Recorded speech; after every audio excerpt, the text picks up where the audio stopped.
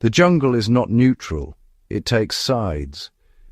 During World War II, soldiers entered the Pacific Theater, a battlefield of dense, suffocating jungle.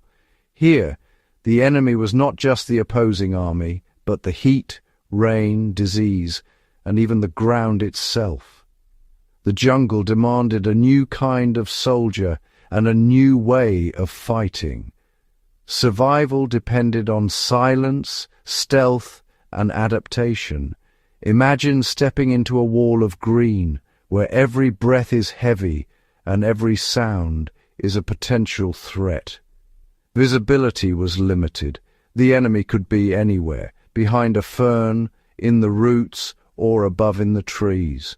Traditional warfare didn't work here. Formations dissolved and technology lost its edge. Tanks bogged down, machine guns jammed by vegetation, and soldiers became isolated. The jungle stripped away advantages, forcing a return to the basics: awareness, patience, and skill. Victory belonged to those who could blend in, move silently, and respect the jungle's power. Soldiers had to become invisible, ghosts who struck and vanished. The jungle was the great leveler, caring nothing for rank or experience. Only those who adapted survived to become the true ghosts of the jungle.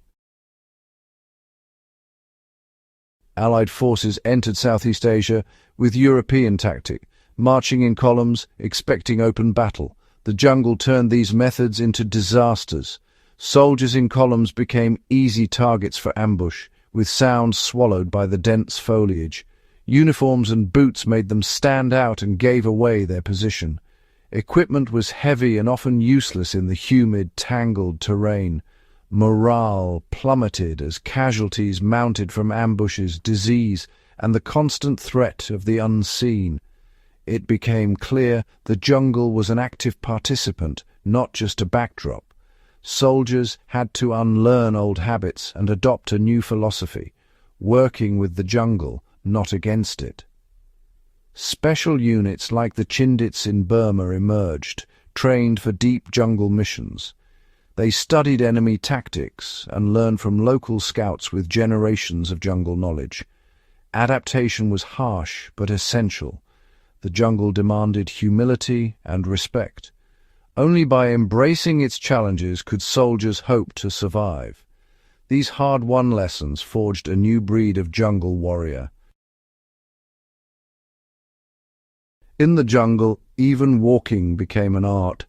Soldiers abandoned the standard march for a low, crouched posture, moving slowly, prioritizing silence over speed. Each step was deliberate, feeling for twigs or leaves before committing weight. Hands parted vegetation quietly. Every movement was calculated. Soldiers moved in short bursts, freezing to listen and blend with the jungle's rhythm. They followed animal trails and stream beds, using the land's natural contours to mask their passage. Reading the ground became as important as reading a map. Silence was survival. A single careless step could doom a patrol. Patience and awareness were essential. The jungle demanded a slow, methodical pace. Soldiers became part of the forest, not just moving through it.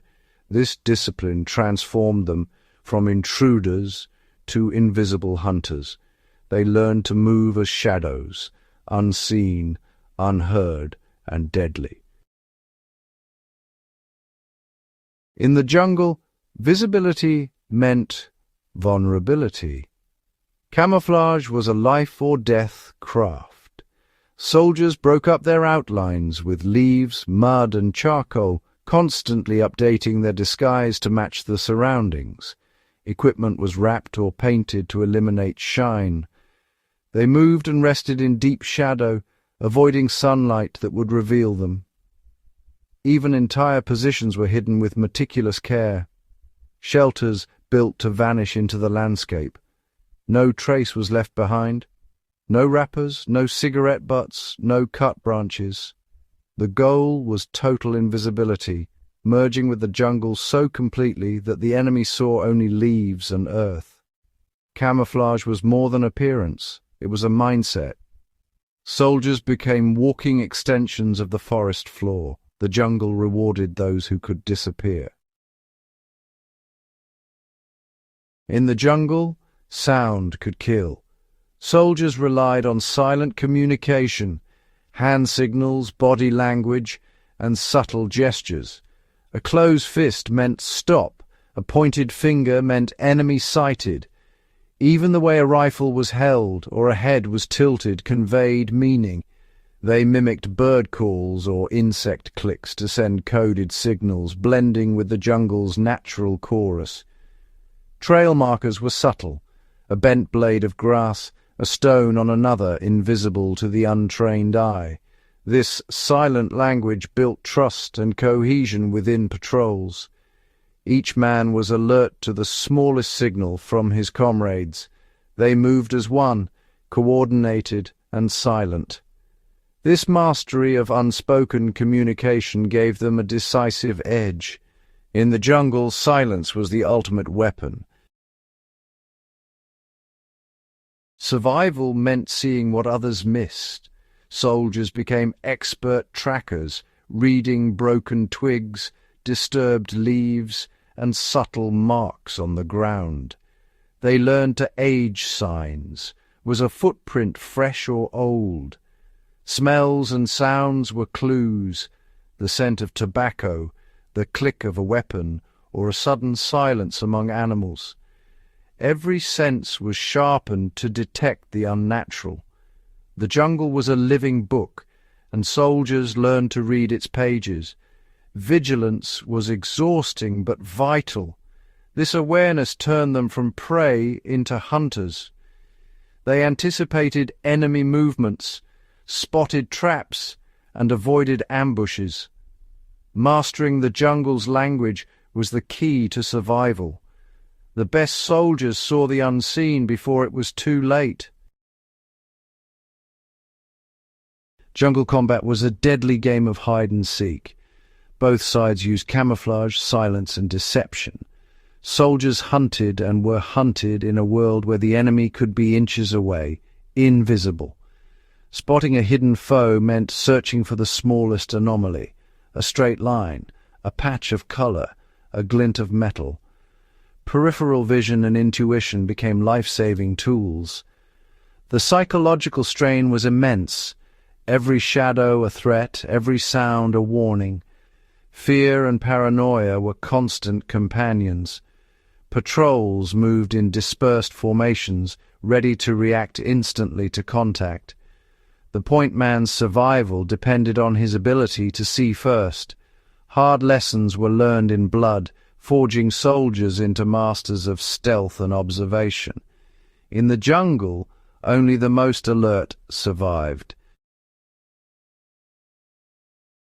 The jungle war was as much mental as physical. Heat, insects, disease, and constant danger wore men down.